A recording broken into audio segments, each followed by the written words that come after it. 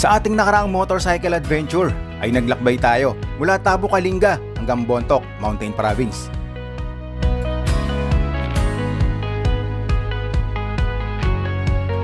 Kaya sa pagpapatuloy ng ating ginagawang North Luzon Loop, bahagi pa rin ng rehiyon ng Cordillera ang ating lilibutin at sa probinsya ng Apayao ang ating destinasyon.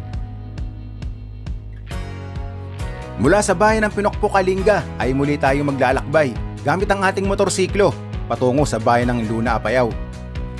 Kaya tara, sama kayo sa ating unang pagbisita at pagdiskubre sa paraiso ng Apayao.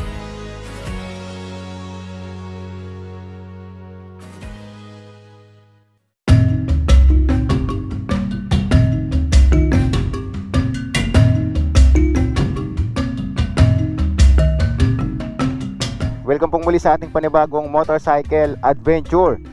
Pagkatapos po nating pasyalan ang kalsadahan ng Tabok hanggang Bontoc, ngayon po ay andito na tayo sa Pinokpok. Panibagong araw, panibagong pakikipagsapalaran at panibagong pagtuklas sa natatanging ganda ng rehiyon ng Cordillera. Tara, let's go, biyahe na tayo.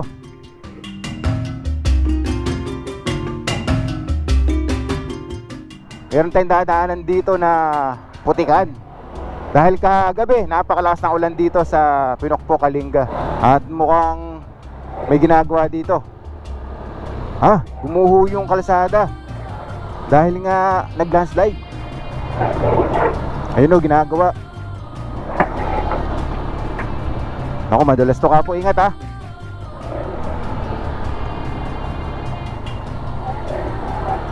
Dahan-dahan lang tayo dito at yung putik madulas. May halong tubig. Paano to, Kapo? Kakaiba yung putik na yan. Ayun o. Alam mo yung labsak? Oo, sumasayaw nga yung puwit ng gulong natin eh. Okay.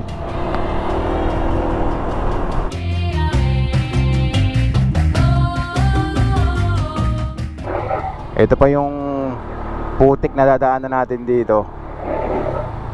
Sadyang may kadulasan talaga. Dulas ha? Oo, ayan o. Ayan o. Ay, putik yan. Madulas ako. Ay, putik yan. Ayan. Ingat. Ayan. Naramdam ko. Oo. Kailangan makapalang gulong ninyo pagka ganito yung mga kondisyon ng kalsada na dadaanan natin. Sa aming mga manlalakbay, bago tayo magsimula, lalo na kung malayo yung pupuntahan natin, sinisigurado namin na kondisyon yung mga gulong namin. Kaya maraming salamat sa Mitas Tire dahil patuloy tayong sinusuportahan sa ating ginagawang paglalakbay dito man sa Luzon o sa Visayas. Kasama natin ang Mitas Tire. Kapo, dito tayo sa kanan. Naliliko tayo. Okay. Ito daw yung isang way pa papunta ng Apayao. Yan, naka-waste lang kami ni Kapo. Sa bawat biyahe na ginagawa natin, hindi natin kabisado yung lugar. Kaya namasa lang tayo sa Google Maps at Waze. Baka matarik to ah.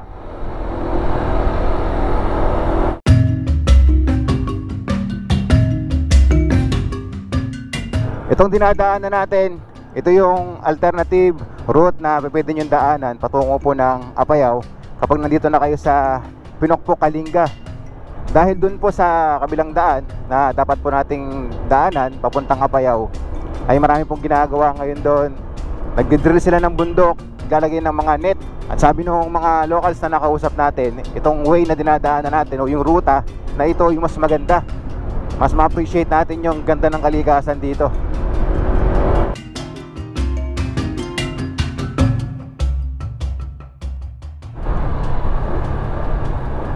Kakaiba din ang tanawin dito. Berding kapaligiran din ang makikita nyo rito.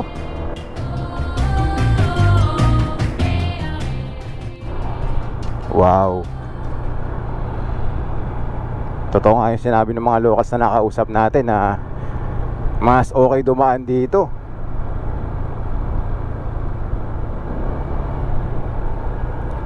Yan yung mga mais na pananim na makikita nyo rito sa gilid ng kalsada.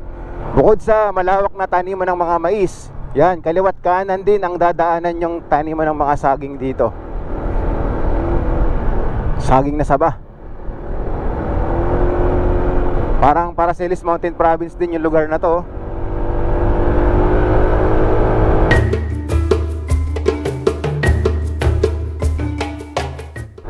Ito na yung mga paahon na kalsada na dadaanan natin. Ito na yung simula. Matatarik na paahon, tapos mga siko na zigzag.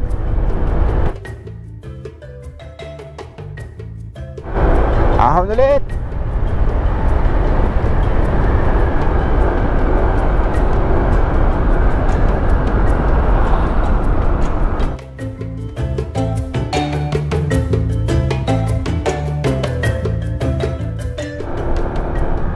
Kung sa Bulacan, nakikita ko na ang binibilad doon yung palay. Dito naman ang binibilad, mais. Yan o, napakaraming mais ang makikita nyo sa gilid ng kalsada. Ang ganda nung nakikita natin yung iba't ibang probinsya, kung ano yung mga kinabubuhay nila. Yan o, ang dami.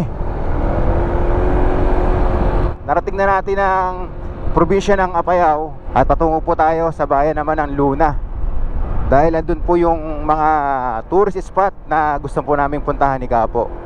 So isa po sa pupuntahan natin doon, itong Dupag Rock Formation. Pupuntahan din natin itong Lusok Cave and Underground River. And then tingnan pa natin kung ano pa yung mga pwede nating bisitahin dito sa probinsya ng Apayao.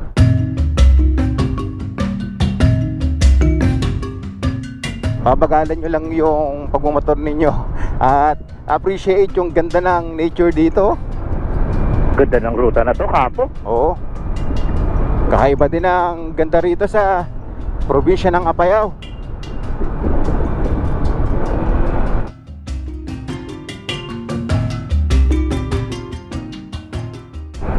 More on sharp curve yung dadaanan natin dito pag kayo ay pupunta ng Luna, Apayao. Eto, mag-ingat lang tayo kasi meron din mga buhangin sa mga kurbada. Oh. Tulong-tulong natin ang kurbadahan, Kapo. Oo, Sarap. madalang din yung mga motorista na makakasulubong nyo dito.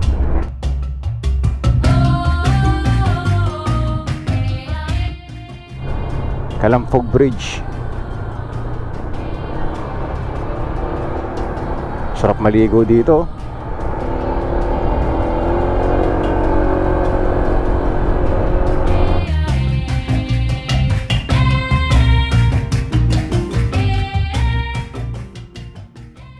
So chinek natin kung nasaan na tayo base dito sa Google Maps.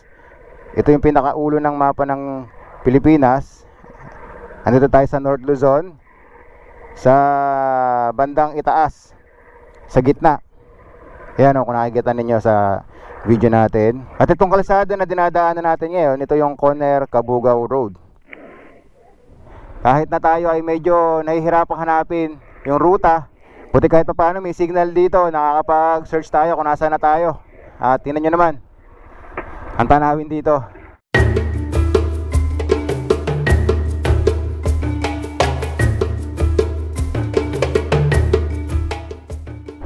Okay, base dito sa maps natin, 2 hours and 11 minutes marating natin ang bayan ng Luna. Sana huwag tayong abutan ng ulan dahil nakikita ko sa banda ron, kumukulimlim na yung kalangitan. At dito nga po sa rehiyon ng Cordillera, simula po nung naglalakbay tayo, tuwing hapon po talaga umuulan.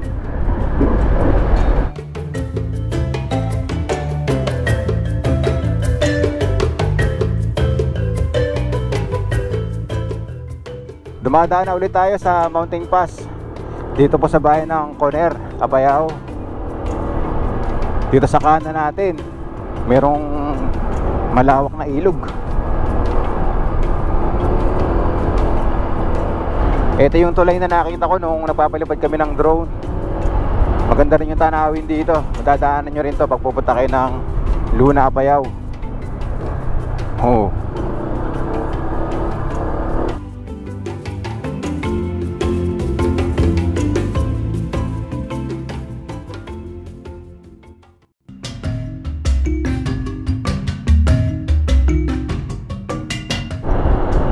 Dito na po tayo sa pinaka town proper ng bayan po ng Conner, Apayao.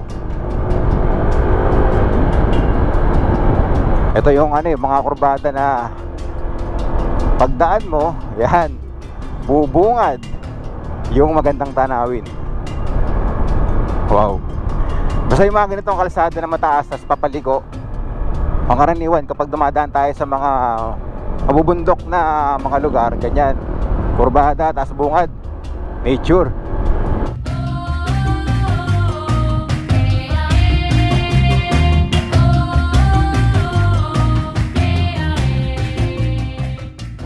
Nasaan na ba tayo? Ito, may sign. Welcome Municipality of Cabugao. Okay. Andito na tayo sa bayan ng Cabugao, Apayao.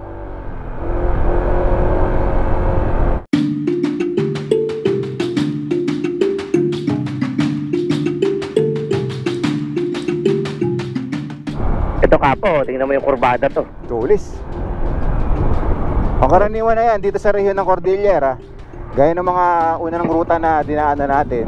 Pag kasi sinabing Cordillera, dumaan tayo sa mga ganitong mountain pass, expected na natin yung ganitong kalsadahan na dadaanan natin. Bukod sa ma-enjoy natin yung magagandang tanawin kagaya nito, itong mga kurbada na talagang nagbibigay ng nakaka-challenge na pagmumotor. Mag-enjoy kayo dito.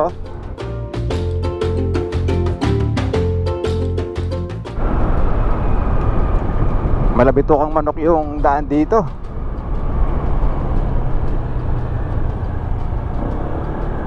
Bilog na bilog, oh. Yung downhill na kurbada. Op. Ito pong mga dinadaanan natin na malulupit na mga zigzag. Ito po ay sakop ng bayan ng Cabugao, dito po sa probinsya ng Apayao.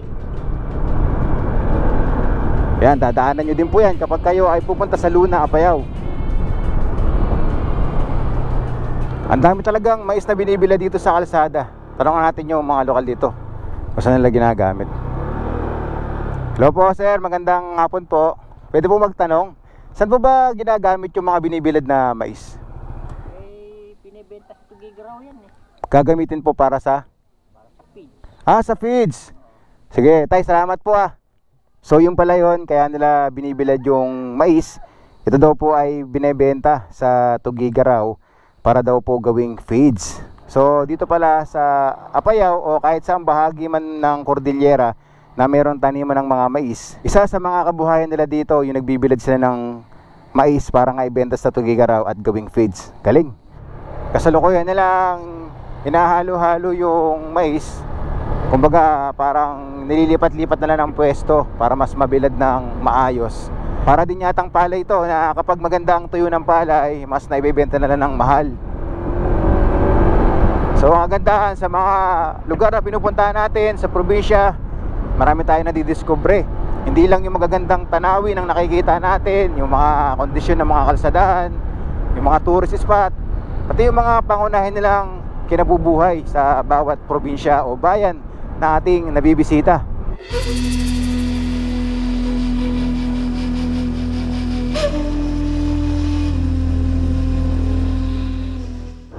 Cabugao diretso, putol kanan. Dito tayo sa kanan, papuntang Luna, Apayao. Uphill, ahon. Ahon na dito, matinding ahon na to.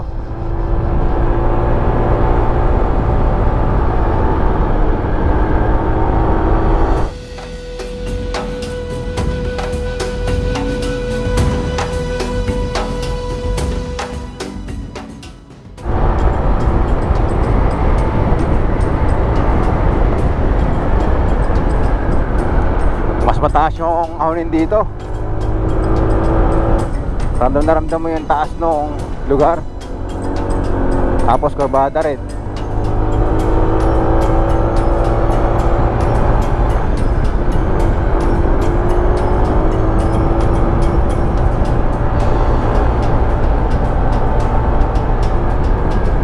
Wow. Woo.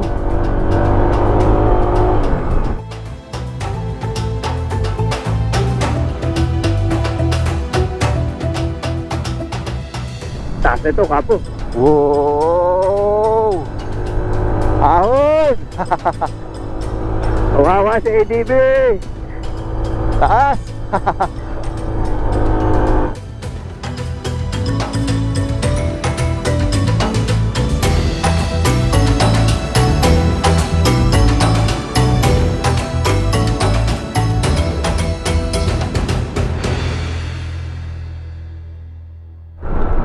Yung kalsada na dinadaanan natin patungo po doon sa bayan ng Luna, ano mo, parang roller coaster ang datingan.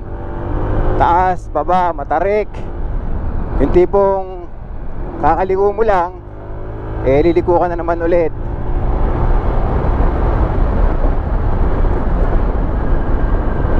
Yung itsura ng kalsada na dinadaanan natin, yung taas niya, parang yung minotor natin nung tayo ay nagpunta sa Eagle Statue, doon po sa may Barlig Mountain Province. Ang taas na ito. Sa aming mga riders bilang maglalakbay, yung mga pinupuntahan natin ng mga lugar, yan yung mga gustong gusto namin na dinadaanan. Yung mga ganitong magagandang mga kalsada, yung mga scenic view na makikita ninyo habang kayo ay nagbumotor. Ito yung talagang hinahanap-hanap namin na mga lugar. Kaya kahit napakalayo ay pinupuntahan natin. At syempre para masilip nyo din yung mga sumusubaybay sa ginagawa nating mga motorcycle adventure, para namumulat din kayo kung gaano ba kaganda talaga ang bansa natin.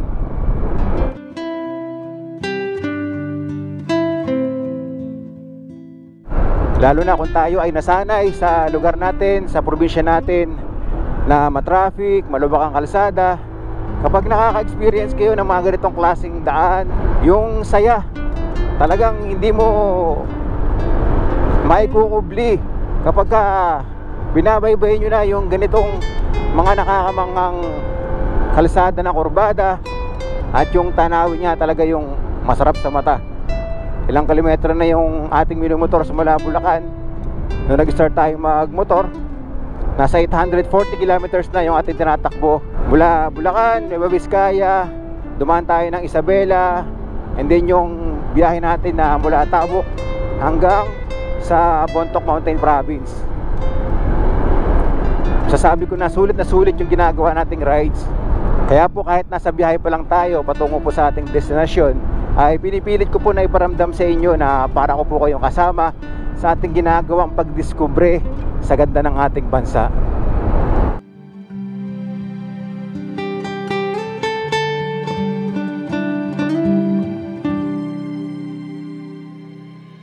Sa haba ng biyahe natin, nakaramdam na kami ng pagod at gutom. Nahirapan man kaming makahanap ng pwedeng kainan at magpahinga panandalian. Buti na lang may tindahan kaming nakita at pinagluto kami ng pansit canton, pritong itlog at kanin. At ang kagandahan sa tindahang ito ay may libre silang brewed coffee sa bawat biyahero na mapapadaan dito. Sa mga liblib na probinsya na ating napupuntahan, hindi lang magagandang lugar ang ating nasasaksihan, kundi ang mabubuting kalooban ng mga locals na ating nakakasalamuha.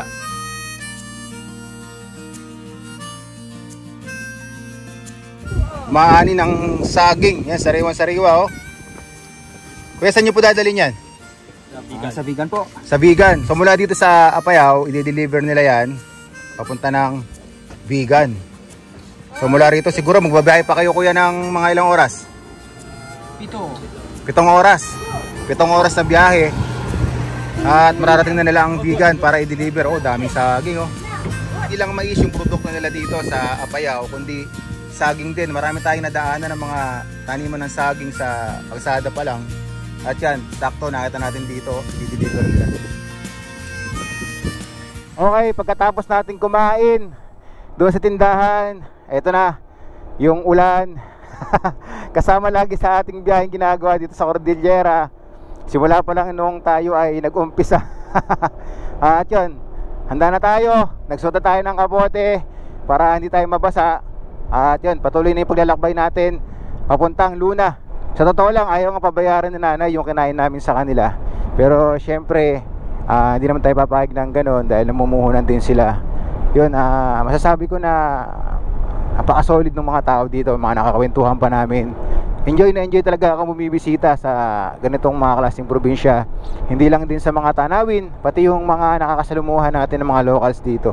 Okay, isang paglalakbay na maulan na naman ito. Okay, let's go. May ginagawang kalsada rito. Yun. Okay daw, go tayo. Ay, may backhoe dito.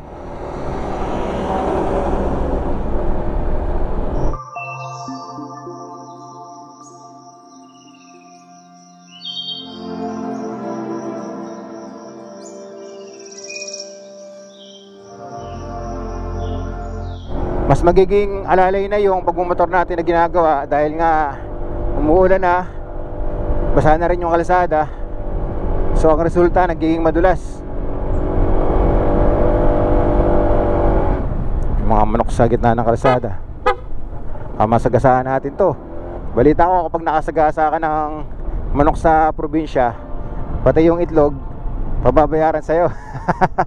Sabi nung nag-comment na isa nating follower sa Facebook, natawa ako doon. Kaya parang naalala ko yung comment niya nung nakakita ako ng manok sa gitna ng kalsada.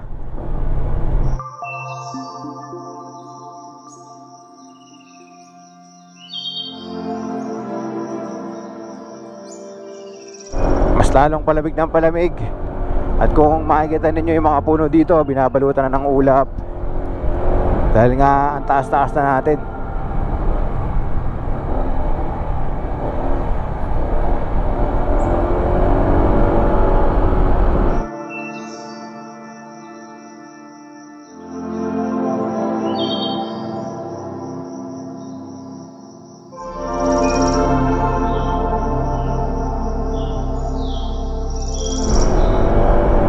Wow. Ayun yung fog, oh. Bumababa na sa kalsada. Uy, grabe yung puno, ang laki, oh.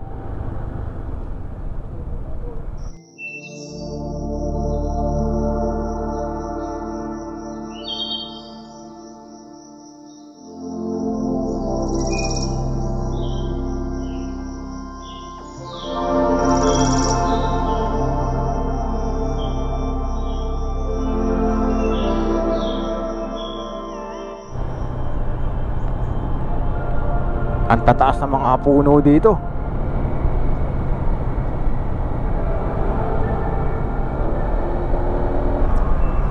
Itong mga puno na nakikita natin na nagtataasan, yung ambience niya, para ka nasa ibang bansa. Yung mga pelikula na napapanood natin, ganun yung datingan, eh.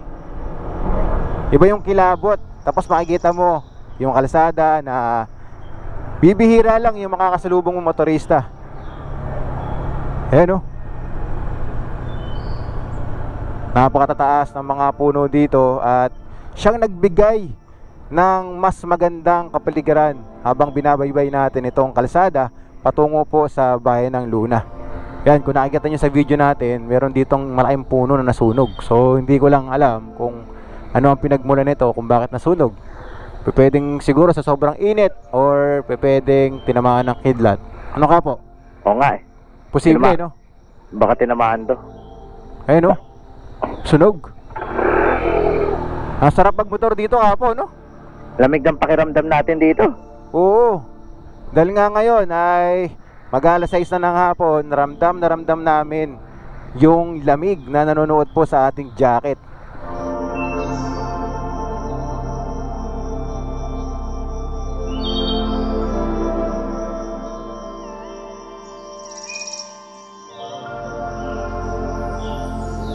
Kapo, ang tarik nito. Grabe, napakataas na ito. Parang ito na yata yung pinakamataas na kalsada na akitin natin dito sa ginagawa nating pagbaybay hanggang sa bayan ng Luna. Grabe, ahon si ADB. Ahon! Grabe, taas. Ayun o, nasa likod natin. Bundok Grabe. na yan, oh. Oo. La 38. Ano mo yung kurbada na naka-island tapos sobrang tarik? May iyak yung ADB ko, ah. Sobrang solid ng kalsadahan dito. At yan, bumubuhos na naman ng ulan. Binabayo na naman tayo ng ulan. La, nasa bundok pa tayo, Kapo. Oo, ang taas, oh. Let's go! Ayun oh, may ahon oh, may nakikita kong ahon, Kapo. Oo, taas dun ah. Kaso putol ang kalsada. Kopya. Ay. Ito, medyo delicate tong kalsada na to. Putol pala siya. Saan yung daan yan? Hindi ko rin, baka dito sa gilid pero hindi ko sure. Meron tayong nakasalubong na kotse. Saan dumaan yun? Dito siguro. Sa gilid. Dito nga sa gilid. Kaso, grabe naman yung bato. So hindi pa tapos yung ginagawa nating adventure. Kung kailan malapit na tayo sa bayan ng Luna, ito. Dumadaan kami ni Kapo sa mga bato naman na madulas. Kala ko okay na to eh. Teka lang dahan-dahan, may lumok dito oh. Oo. Malalay lang. Taas yung Kapa. Tapos may bato, teka, putol yung ano. Dito ka sa bandang kaliwa. Hindi, bato yan eh. Bato yan. Putik yan. Kaso, teka lang, distansya ka lang. Distansya ka muna, huwag ka muna galo. Kasi baka dumulas tayo. Sige. Preno lang sa likod ha. Oo. Tarik nito. Putik yan. Wala, dumudulas na ako. Walang, umano ko. Punasan ko lang, may tubig eh. Tandaan ha. Alalay.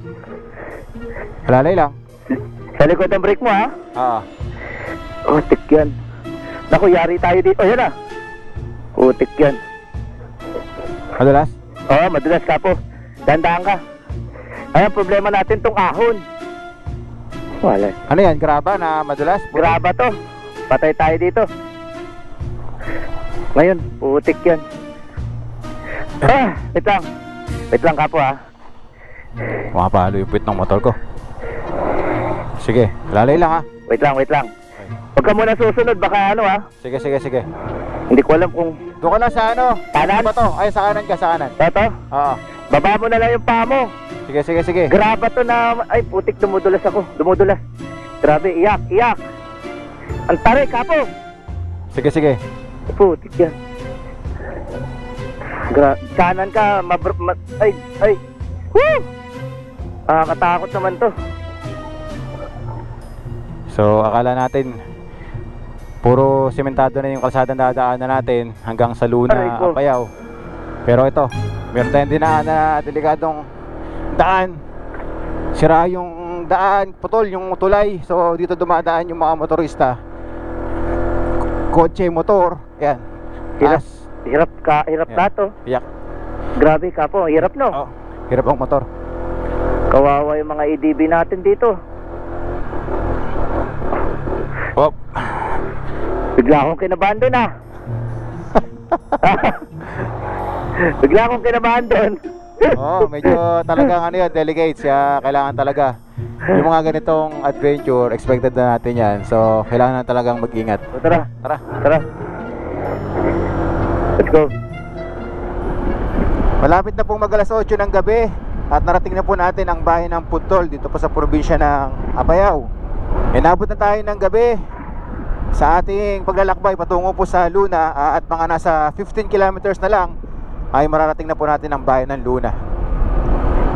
Alright, pagkatapos ng ilang oras na paglalakbay, narating na din natin ang bayan ng Luna dito po sa probinsya ng Apayao. Ayun, may nakasulat, malaki, Luna. So ito yung pinaka munisipyo nila dito, Luna Municipal Hall. Dito na tayo maghahanap ng bahay na pwede nating tuluyan, transient house. And then abangan nyo po yung ating susunod na motorcycle adventure. Lilibutin po natin yung mga tourist spot po dito sa bayan ng Luna. Kaya po maraming salamat po sa patuloy na pagsuporta nyo po sa akin. God bless po sa inyong lahat. At kita-kits po tayo sa ating susunod na motorcycle adventure.